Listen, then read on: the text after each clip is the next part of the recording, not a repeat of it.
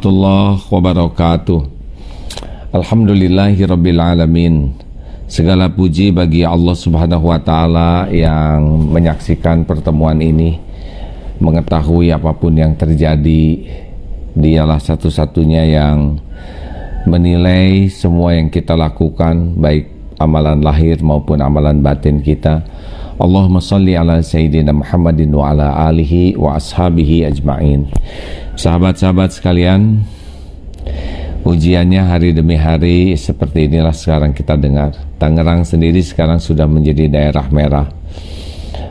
Kita sekarang seakan oleh Allah dibuat harus mengambil hikmah di samping melakukan semua ini. Bertafakur terus diantaranya.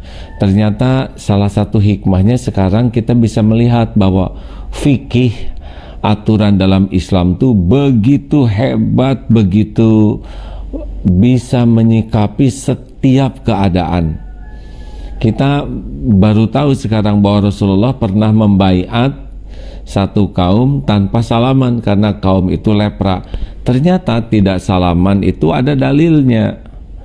Juga kita jadi tahu bahwa ternyata di zaman Rasul juga pernah Jumatan itu tidak dilaksanakan di masjid. Bahkan sahabat ada yang menyuruh sholat di rumah karena hujan lebat. Rasulullah pun menganjurkan orang sholat di rumah yang bau badannya.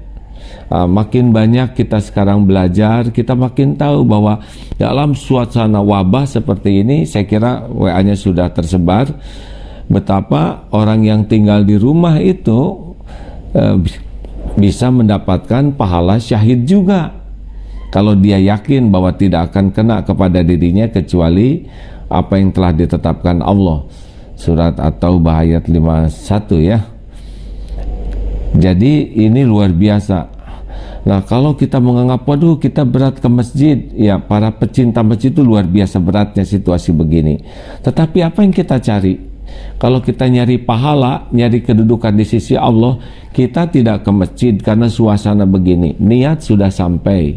Kemudian kebiasaan kita ke masjid juga sudah dicatatkan seperti yang kita ke masjid. Dan sekarang kita tambah lagi pahalanya kalau tidak ke masjid dalam suasana zona merah begini adalah kita berarti mencegah tertular, mencegah membinasakan diri, dan kita juga mencegah kita menularkan kepada orang lain. Karena boleh jadi walaupun kita sehat, kita carrier. Alah, alhamdulillah. Kita carrier, kita membawa, nauzubillah ya. Jadi kita tidak ke masjid di zona merah itu malah pahalanya lebih besar kalau menurut pemahaman AA ya. Kita patuh juga kepada guru-guru kita, fatwa ulama, kita mencegah dari kebinasaan, kita juga mencegah membinasakan orang lain dengan kelalaian kita. Kalau kita nyari pahala lah di rumah juga sudah ada pahalanya karena ini uzur. Jadi ini luar biasanya bagaimana indahnya fikih Islam memberikan solusi dalam segala keadaan di setiap zaman. Maka bijaksanalah hadirin sekalian menyikapi situasi seperti ini.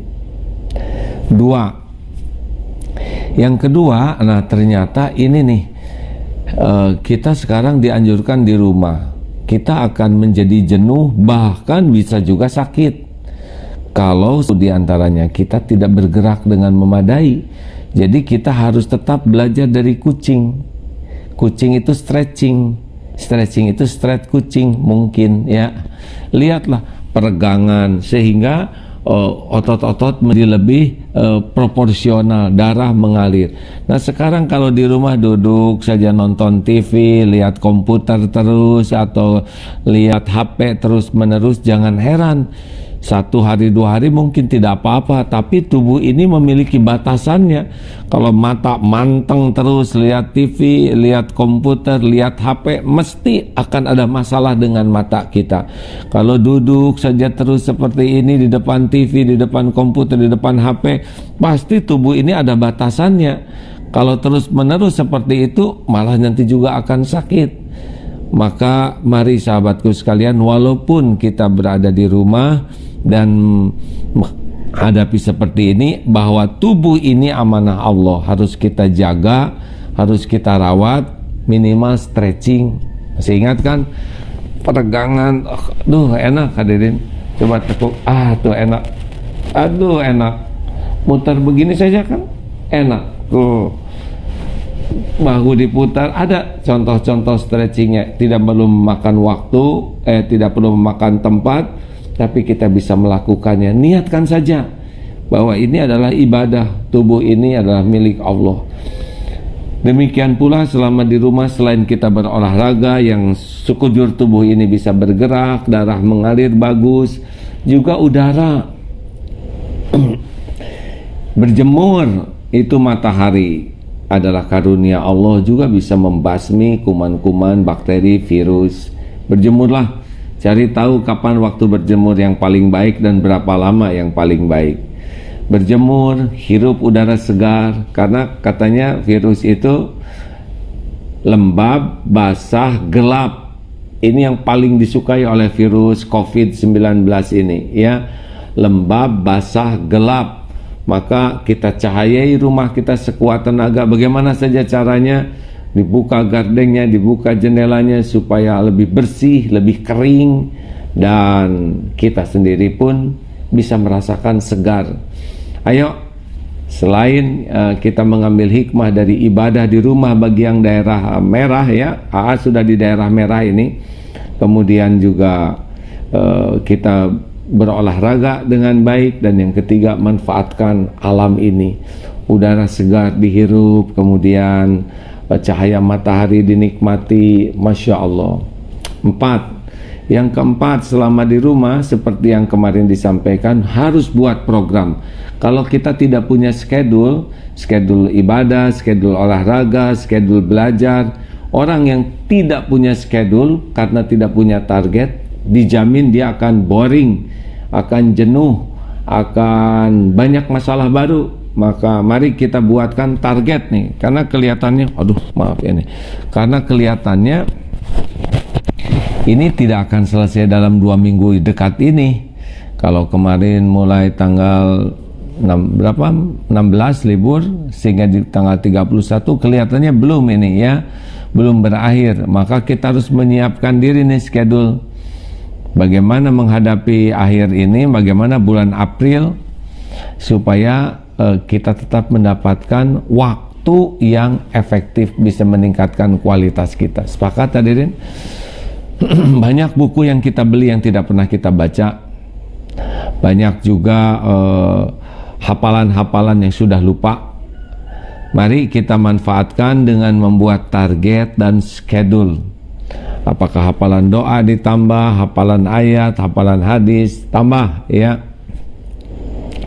Dan hal lainnya adalah selama dalam kebersamaan di rumah juga buatlah hal-hal yang kreatif yang membuat makin kompak, makin menyenangkan, sesuatu yang memang selama ini sulit dilakukan karena masing-masing sibuk.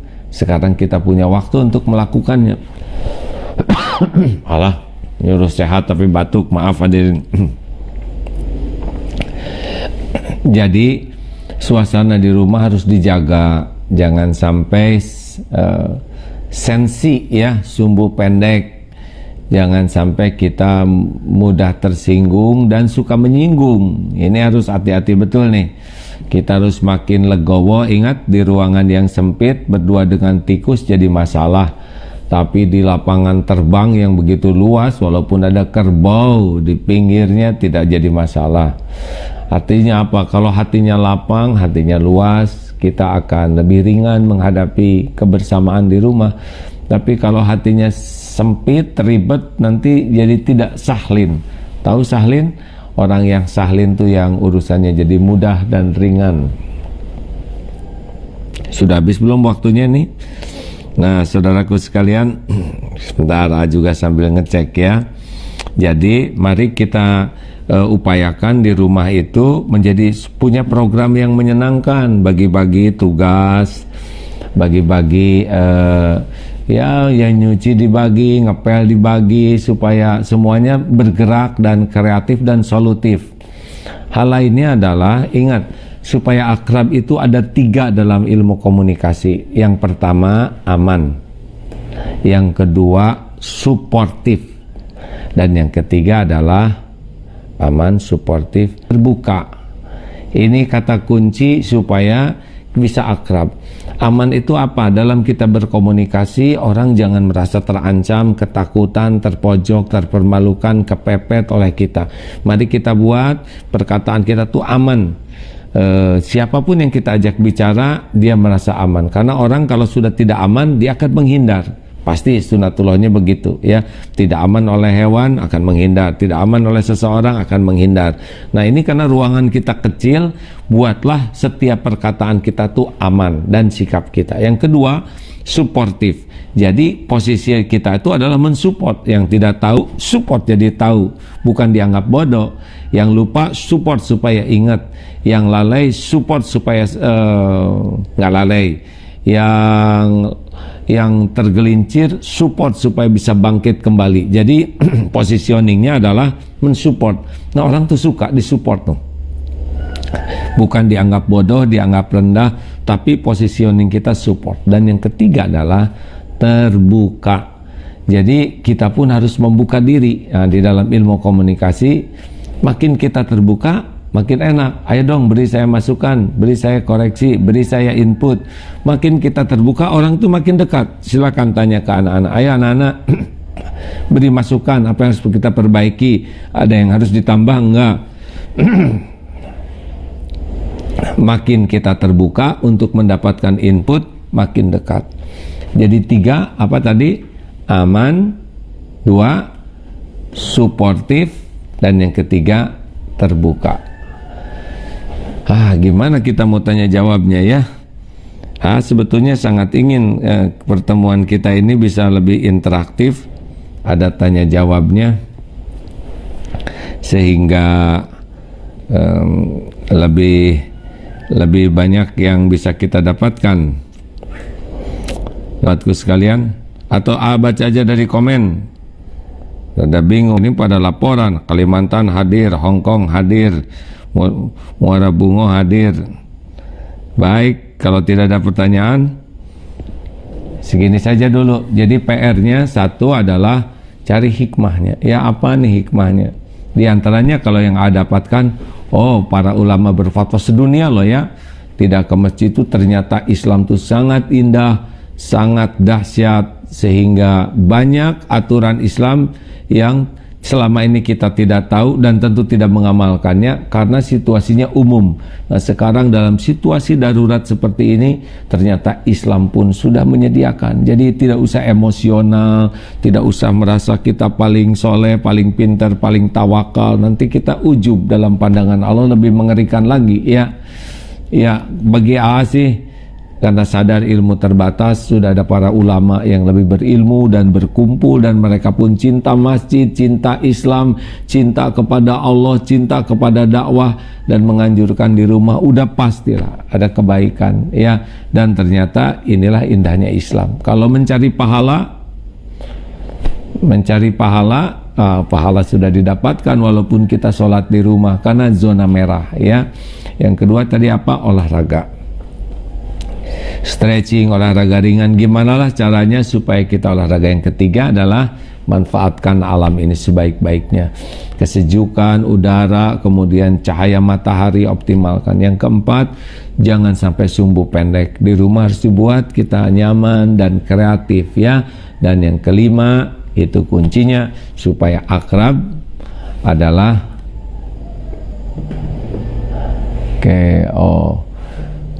supaya akrab adalah 3 yang tadi, senantiasa aman, jaga diri, jangan sampai sikap dan tutur kata kita membuat orang tidak merasa aman, keserang, ke pojok dan sebagainya.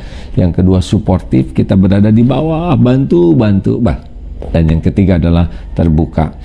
Ada yang bertanya kenapa mall masih dibuka sedangkan ke masjid dibatasi begini ya. Ke masjid itu ada fatwa dari majelis ulama, jelas ya, karena di masjid kalau terlalu rapat bisa jadi sumber penularan. Kalaupun yang belum zona merah, jaga jarak, masing-masing bawa sajadah. Walaupun sekarang kita tidak tahu nih, kita carrier atau bukan, jangan-jangan kita yang menularkan ke orang. Yang A cemaskan tuh begitu ya, kalau A ketemu, aduh nanti jangan-jangan orang tua tertular oleh saya, jangan-jangan saya dengan izin Allah masih sehat tapi saya bawa virus, jangan-jangan nanti saya menularkan ke orang lain, jadi zolim, jadi jahat kita, nauzubillah. Nah, sedang di mall, kenapa buka? Nah, ini wilayahnya bukan wilayah majelis ulama nih ya, wilayah pemerintah. Kalau sebaiknya memang kalaupun masih buka untuk suplai makanan dan kebutuhan harus diatur, jangan sampai jarak dempetan, harus diatur. Kalau di MK di Bandung di kita masih jarak sekali, tidak boleh dempet, tidak boleh dekat. Juga mungkin cara-caranya karena itu kebutuhan ya. Ya, sebaiknya semua ditutup.